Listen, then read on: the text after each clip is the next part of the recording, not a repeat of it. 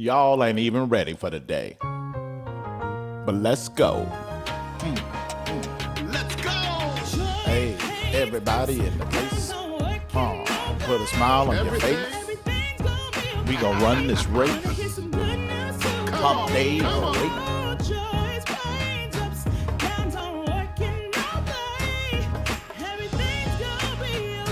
Put it in the comments. Tell somebody everything's gonna be okay.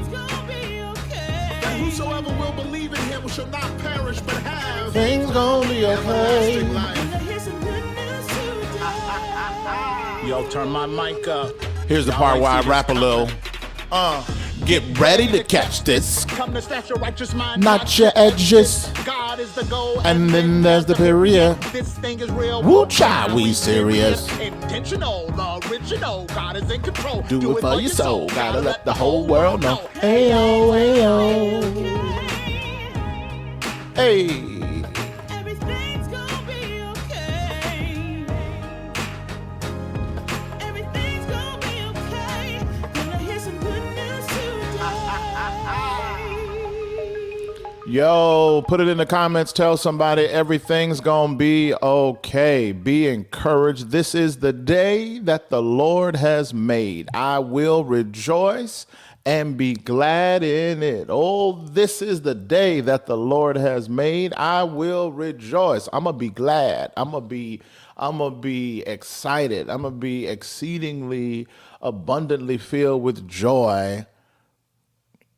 This is the day that the Lord has made. I will rejoice and be glad in it. I'm going to be glad in this day. So, yo, tell somebody everything's going to be okay. Be encouraged. Be encouraged. Be encouraged. You're going to get through it. It's hump day. Charlene, it's hump day. Girl, you're going to be all right.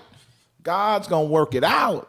Be encouraged. Grace, Tony, Nolanda, Julia, God is going to work it out. God is moving on his behalf, on your behalf. He's moving on your behalf. He's gonna work it out. So be encouraged. Be encouraged. Yo, I'm back on my diet, which is not a diet. It's really a new lifestyle. It ain't even a diet type situation for me. It's a I can't eat that no more situation for me. So it was cool. But have you anybody ever lost weight? You ever lost weight and you start to get close to your goal weight, but your stomach ain't got the memo yet. So your stomach still it kind of looked the same. It's like, oh, this. So when I hit, because I'm trying to hit 200 pounds and I hit like 209 today. You know, I weigh myself after you use the bathroom in the morning and everything's out. It's like, whew, all right, let me see if I can get my lowest weight. So I get on the scale, yo, and I hit 209. And I'm looking down, I hit 209, then I look at my belly, I was like, you still big. Like, you just still here like that, huh? So you just started getting close to 200, and you thinking, you gonna be here at 200. You gonna be, when I get to 200, you still gonna be here. And the crazy thing is, my stomach looked at me and said, you doggone right, I'm gonna be here.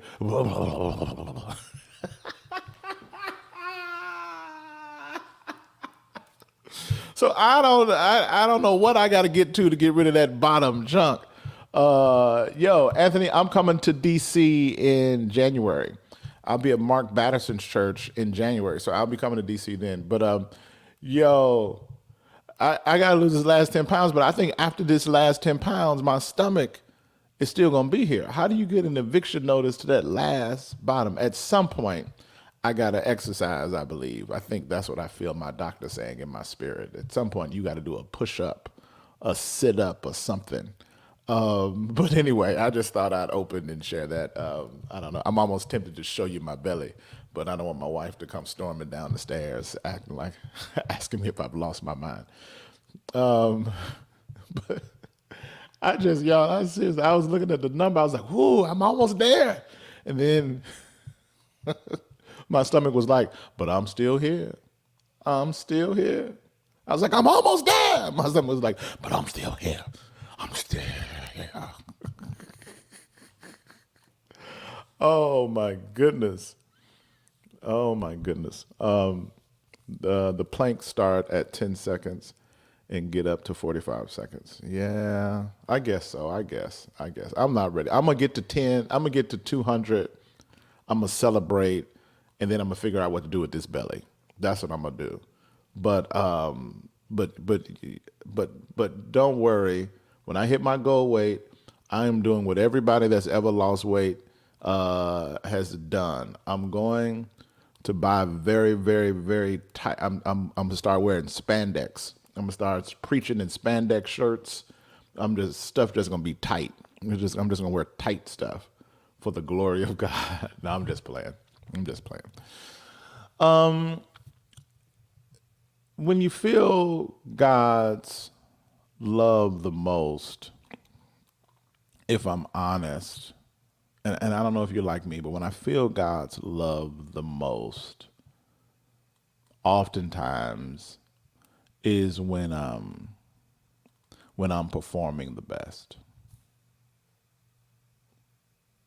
And I just know that's just, but there's a thing in me, and I don't know if y'all are wired like that. Are you, anybody else like that? I feel like when I am performing the best, I just assume God is the most pleased with me.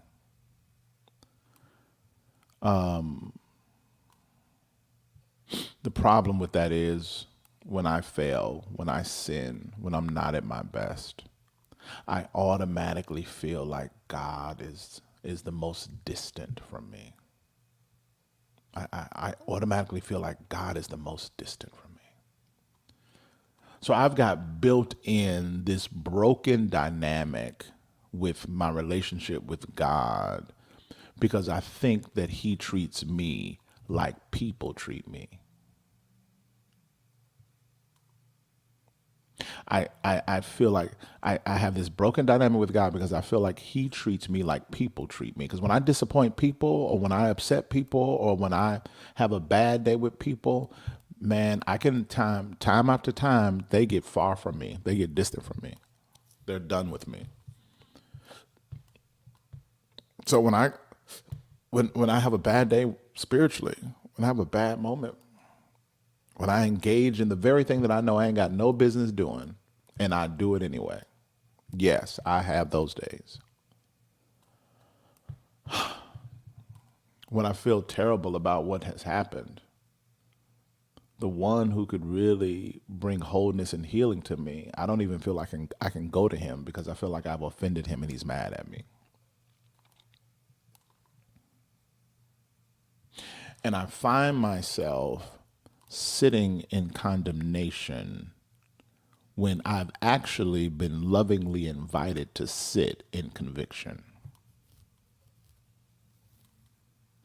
I find myself sitting in condemnation when I have, in fact, lovingly been invited to rest and sit in a place of conviction. Condemnation is I just feel like I'm condemned. I am wrong. I am what I did. Shame and condemnation just roll hand in hand. However, no, conviction is a godly sorrow of sin. Conviction is a gift of God that makes you feel bad, but for the right reasons. Condemnation wants you to feel bad for the wrong reason. Conviction wants you to feel bad for the right reason. Here's a problem. You're going to feel bad either way. What you do with that bad feeling is everything. Condemnation wants you to begin to say, man, I did that. Condemnation doesn't want you to say, I did that and I feel bad about what I did. Condemnation wants you to say, I did that and I feel bad about who I am. Did y'all get that? Did you get that? Condemnation wants you to say, not I feel bad about what I did. Condemnation wants you to say, I feel bad about what I did and because of what I did, I feel bad now because of who I am. because I feel bad because I feel like that's who I am. I feel like I am bad. And I wear shame. And I wear shame. Conviction says, I feel bad about what I did, but I am greater than what I did. And conviction is an opportunity and an invitation for me to confess and surrender about what I did and live a better life and live a better way and live a better way. And what you will learn about God and what I have to discover about God over and over and over again about God's love is that he loves me even when I ain't got it all figured out. He loves me when I'm not performing spiritually at a high level. He loves me when I'm not making the best of decisions. He loves me when I'm going through discouragement and depression and I don't want to pray, I don't want to study, I don't want to be in fellowship. He still loves me, and he doesn't get an attitude with me when I don't show up well. See, I don't know about y'all, but sometimes I just think, because I'm having a bad day, now God is having a bad day with me. So now God has a bad attitude with me. So it's like, I'm probably going to get hit by a car, or I'm probably the bill that I needed to go through probably ain't going to go through now. Or God's just going to throw a consequence at me because I hadn't studied this week, or because I hadn't been praying, or because I got sin going on in my life. Oh, God, ain't no points in me going to him. So I got sin in one area, but I got a crisis in another area. And normally I would take the crisis to Jesus, but because I know we ain't talking because of this other area that's jacked up in my life, then I can't call him. It's just, I just treat Jesus like a bad, broken relationship that I have. And Jesus is not that. Jesus is not your ex-girlfriend. Jesus is not your friend that has the bad attitude. Jesus is not your parents who see your choices and then disown you. Jesus is not any of those things. As a matter of fact, in Luke 15, the story of the prodigal sons, the younger brother asks for all that he has coming to him, leaves the house, wastes it all, and then comes back, watch this, not to be restored to the Father's love in his heart. We preach that like, oh, it's this big, beautiful redemptive moment. No, it's not at all. He comes back with a hustle. He comes back with a deal. He comes back with a negotiation. He comes back to say, I want to be a hired servant in my dad's house, because there ain't no way in the world I can go back to my previous status because of my level of sin. So I've disqualified my previous status. But if I could just go back and be a servant, the servants at my dad's crib eat better than how I'm eating out here in these streets. So I will go to my father's house and hustle up a new deal. Watch this. The Bible says, while he was still afar off, his father saw him, ran to him, and kissed him. While he was still afar off. Now, friends, I will argue this morning. I don't want to get too deep this morning, but if you roll with me, I would argue that he was not just afar off geographically. I would argue that he was afar off theologically. Theologically, he still wasn't quite right. He still did not understand his father's grace. He still did not understand his father's love. He still did not fully understand who his father was and how his father loves him.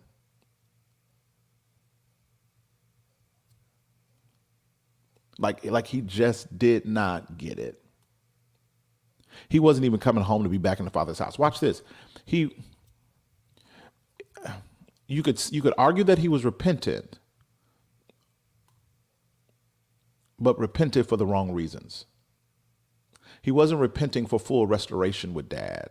He was repenting for a job from dad. At the end of the day, he still came home like he left home, wanting what his father had, but not wanting his father. are y'all with me? Wanting what his father had, but not wanting his father. This is what I want you to see. This is what's going to bless you as you go into your hump day today. This is what's going to bless you as you go into Wednesday. The father, even though he was afar off, ran to him and poured love onto him. Him being afar off did not disqualify him from the full throttle of his father's love. Him not fully understanding grace, him not fully walking in the love of his father, him not fully even desiring to be with his father, but rather desiring what his father had, did not disqualify him from his father's love. Where's the good news? The good news is some of you are far off. You're not where you want to be spiritually. There's a gap, and some of you feel like God even has an attitude towards you. You feel like he's canceled you. You feel like because of your sin or because of what you did in the far country and because of the riotous living, you've disqualified the access that you normally thought you once had with God because of your righteousness, or because when you were making good choices, you felt like God was more pleased with you. Can I tell you that you have a God who's madly in love with you today, right now, right where you are? I don't care where you are. You could be waking up in somebody's bed this morning that's not your husband or not your wife, and I'm telling you, God is saying, I love you right where you are. Now, the righteous right will feel very frustrated with that statement, just like the Pharisees would in the passage. This Sunday, I'll just give you a little something. See, because the celebration of grace for one house will become anger in another house, because they can't celebrate the grace. So there are those that will hear me say he loves you right where you are and say, yeah, but no, I'll be compromised with sin. That's sin. Yeah. No, he knows how to embrace you and not endorse your behavior. He knows how to embrace your soul and your life and not endorse your behavior. His embrace has never been his endorsement. He is righteous. He is so holy. Is there one that could handle the holiness of God? Is there any so righteous that we can stand before the heart and the presence of God? No. So none of us are righteous enough to earn this love that we have. It is given to us by grace. It's given to us by grace. And he loves us right where we are. And his love never desires to leave us where we are. His love desires to grow up in us so that we might be more mature, make more mature decisions, make wiser decisions that are based off of who God says we are and not living according to who we are. But I'm telling you, if you are far off, God says, I'll run to you. I'll run to you. The father left the porch and ran to the boy. He didn't sit on the porch with his arms folded and his legs crossed and said, well, you get here. And when you get here, then we can talk about it. No, the dad ran to the boy and said, hey, I'm coming after you. And I'm telling you, some of you are watching me today, and I'm telling you, the Spirit of the living God, the loving Father of heaven says, I'm coming after you. I am coming after you, not like a dog, not like a hound trying to hunt you down, but as a loving father running towards his son and his daughter, saying, you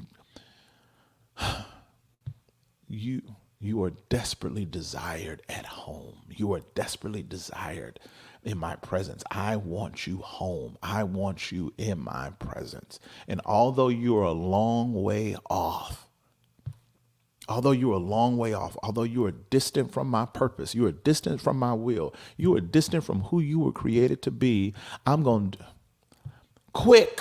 put a ring on his finger, put a robe on his back, put shoes on his feet, because I want him to know immediately before he even start negotiating terms that my grace has already paid the price. My grace has already worked out a deal that's greater than anything that you could come home and negotiate. Quick, before he starts talking like a slave, put a ring on his finger and remind him that he is a son. God will give us a quick grace even where we have a slow surrender. I'll say that again. God will give us a quick grace even when we have a slow surrender. So I don't know where you are today. You may be a long way off.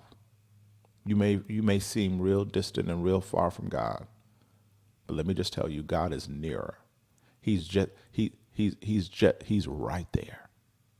He's right there. He's right there. All you got to do is turn. All you got to do is turn. The father didn't go to the far country to get the boy. But when the father saw the boy turning and walking towards him, then that released the father to move towards him. God ain't going to just come and just snatch you out against your will. No. But if you would adhere to the great urban prophetic voice of the young poets, Run, D, M, and C. If you would adhere to their prophetic words, calling from the urban streets of New York City, I hear God saying to you, as he said through them, walk this way. If you just walk this way, you ain't got to have it figured out, and you ain't got to get all the way here. Oh, but if you just walk this way, my overwhelming love will come and quickly give you a grace you don't even deserve, that you never deserve. Here's your ring. Here's your robe. Here's your shoes. You're not a slave. You're a son. You're not a slave. You're a daughter. Even though you still got pig mud on your finger, here's a ring. Even though you still got pig dung in between your toes, here are your shoes. I guess what I want you to know this Wednesday, you ain't got to have it all figured out. You ain't got to have it all figured out for him to love you, for him to be present with you, for him to show up for you. So if you ain't got to figure it out today, if you ain't got, if you're far off, if you're distant from God, here, quick, there's a grace for you. Quick, there's a grace for you. Quick, there is a grace for you.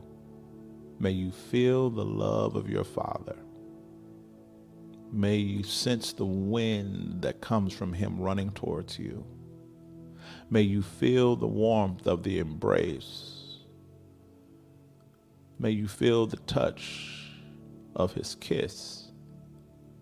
May you feel the fullness of his presence, even as you sit wrestling in the fullness of your sin. He's got a robe for you today. Put it on, and quickly, more quickly than before, more quickly than we naturally do. Quickly, let's walk in this grace. All you got to do. You ain't got to get all the way there. You ain't got to get it all the way figured out. Just walk this way. Just walk this way. Just walk this way. And God will do the rest for his glory. I'll see y'all tomorrow.